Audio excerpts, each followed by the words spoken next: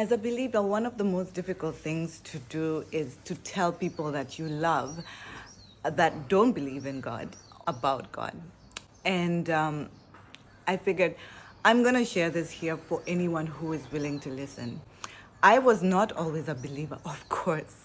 I had a life that was dark, hard, painful, traumatized, and broken.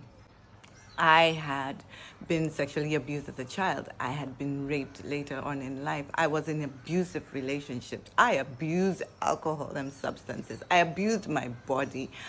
I just was shattered to the point where my mind broke and I was in psychiatric wards. I was on suicide watch because all I wanted to do was end my life. And there I found God.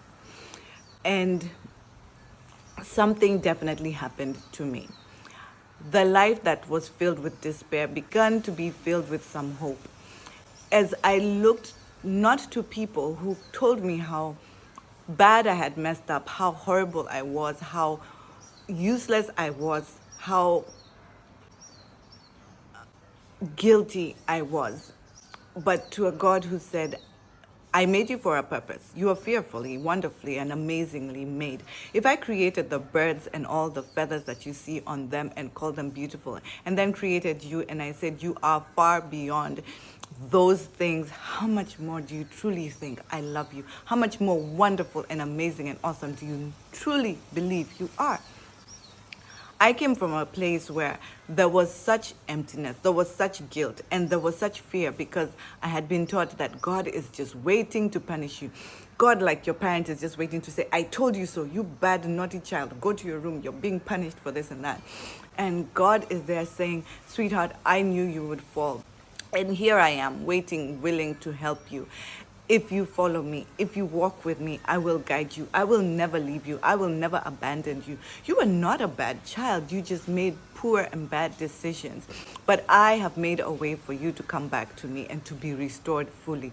Forget all the things you've done. I see them no more. I've thrown them to the depths of the sea, depths you will never know of and no scientist will ever truly discover, because who can understand and discover the fullness of me? And I was assured that it didn't matter what I had done before. God was willing to put it all aside and not wag his finger at me, not tell me I told you so, not tell me you bad, bad girl, but to tell me, you sweet and dear child, my lamb who was lost. I left the 99 behind and I've been seeking for you all this time because you are so dear to me.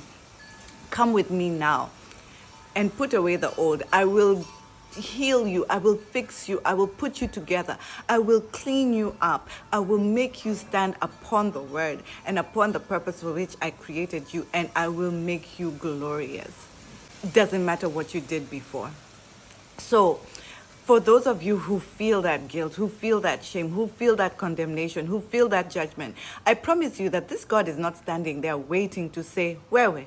I'm just waiting for you because I have a punishment lined up for you. No, he's saying, come to me. I will give you rest from the world, from the guilt, from the condemnation, from the brokenness, from the pain, from the hurt. I'm waiting for you.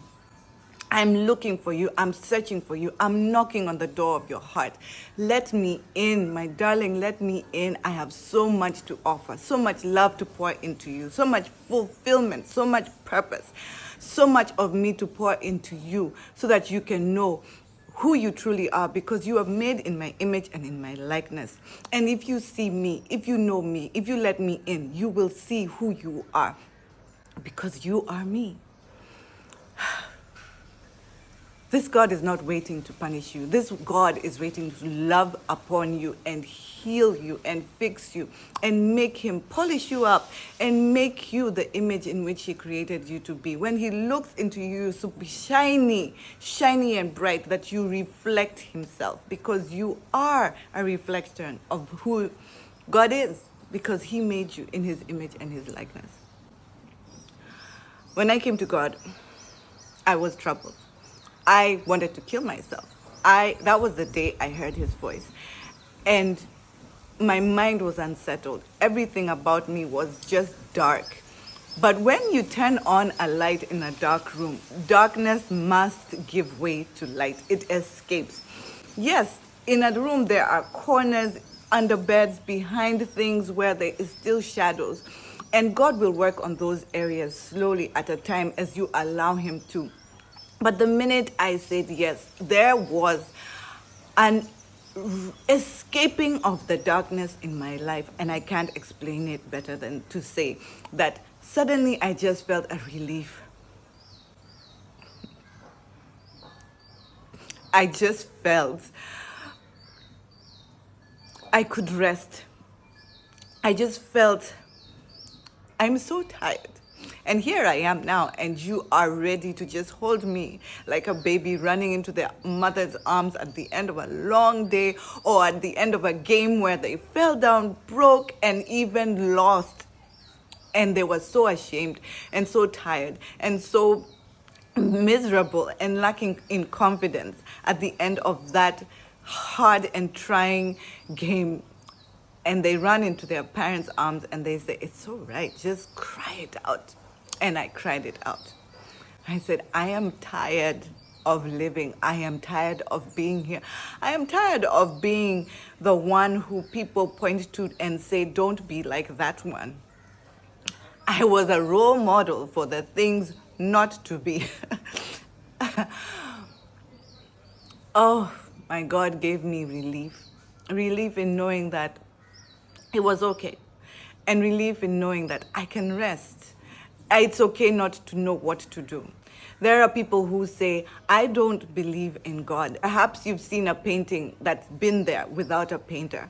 Perhaps you've seen a tree without a seed. Perhaps you can look around and say, here's a TV, here's a bed, here's my car, here are my clothes. But they just were, and there was never someone who created them. If that's what you want to believe, perhaps that's fine. Maybe it's because the image and the painting and the creation has been broken, scratched, torn.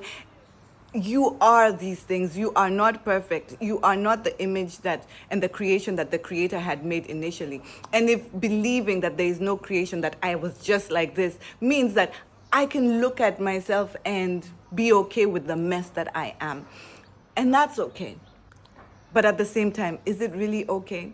Wouldn't you rather be able to go back to the one who created you and say, fix me, mend me, make me whole again, make me wonderful, make me beautiful?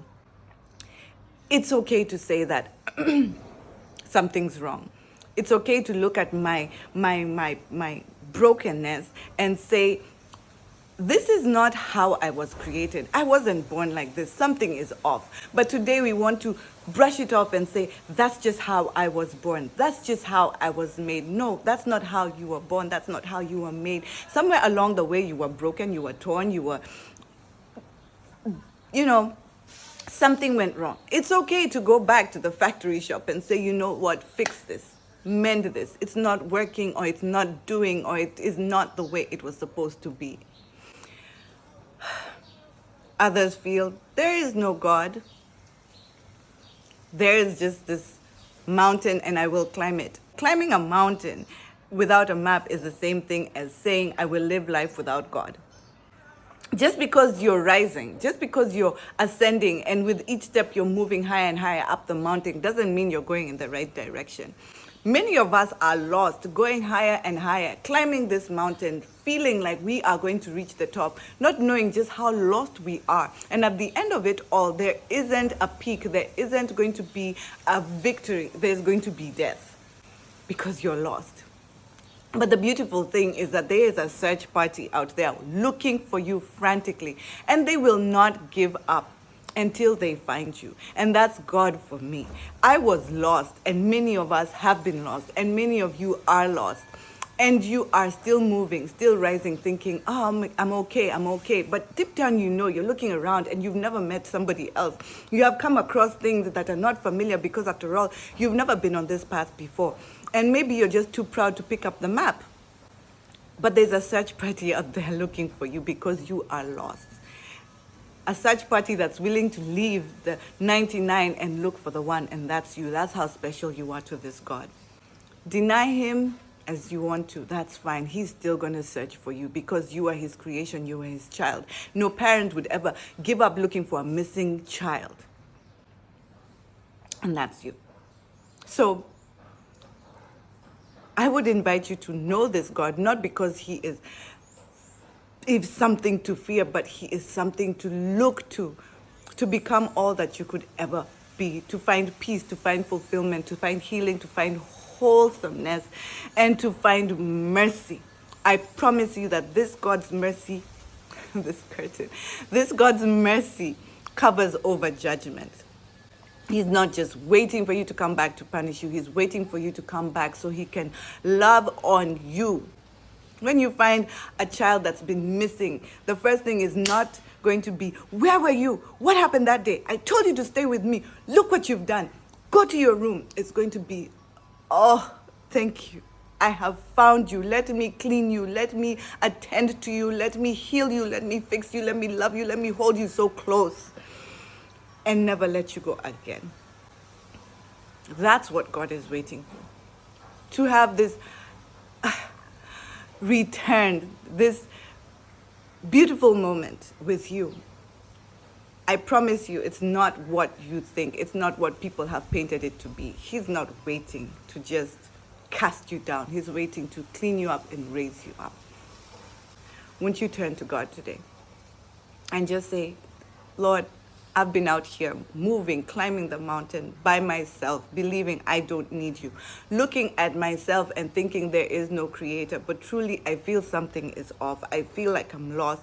If you're out there, please, here I am. Hear my voice. Come and find me. Come and fix me. Come and love on me. Come and show me who I am, because I'm confused. I don't know who I am. And I need you. Lord, I've messed up. I have made mistakes and bad choices, but I'm asking you today to come and help me. Come and help me from the fear I feel of the guilt and the shame and the condemnation that other people have put on me, the judgment. I'm asking you to come and have mercy on me. Just hold me, just love me, and pour yourself into me, because I'm so broken. I'm so scared. I'm so alone. Come. Be with me, walk with me, guide me, love me, and show me who I am by showing me who you are, because I know I am made in your image and your likeness. Amen.